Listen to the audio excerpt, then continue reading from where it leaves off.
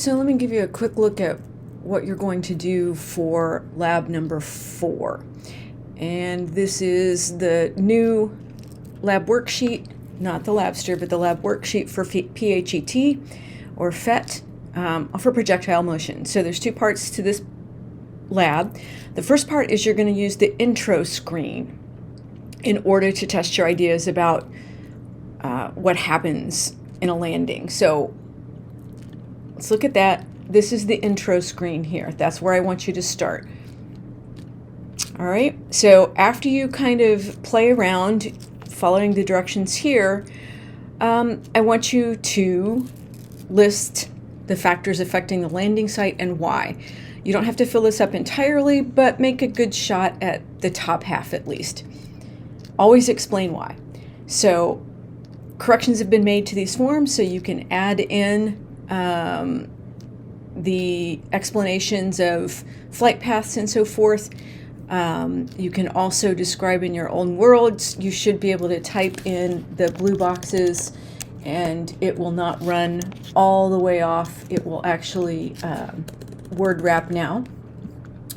Then when you get to the second half, you're going to go to the lab screen, which is all the way out here to the right.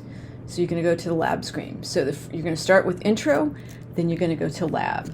Same thing, you're going to note some additional factors, and then finally when you get down here, you're going to use the lab screen and add screen captures to your explanations. First part is intro, second part is lab. Lab is where you have a lot more control. You have a measurement tool, you have time, range, height. It will form graphs for you, so you don't have to worry about it. So I'm just going to do a little trial shot here for you with a cannonball.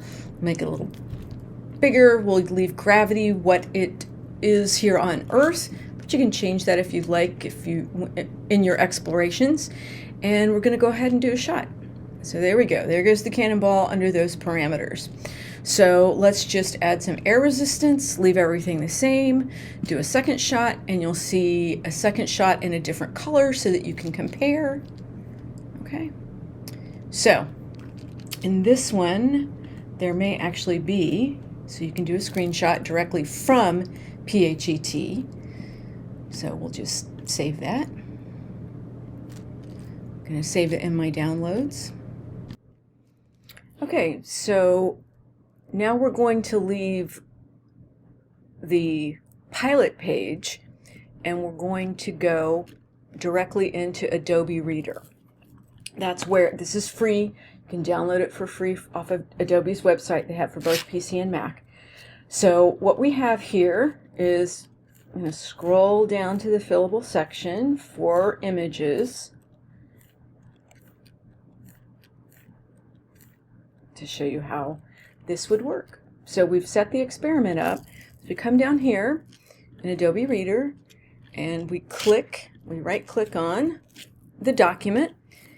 And then go ahead and select the images. I put this in downloads. There's the image that we just captured. Select it and it's now pasted. So then you can minimize this screen and then you can go back into your web browser and perform the next part of the experiment. This one, like I said, does have a, let me move this out of the way for research. No, it's not cooperating with me. This particular PHET has a screenshot, so you can take a screenshot here, or you can, depending on whether you have a PC or Mac, you use Shift Command 4 to do your screenshot. Okay. Or in the PC, you do Windows Shift S for snip using the snipping program. So I hope this helps you in how to complete this lab and shows you some techniques to make life a little bit easier for your screen captures.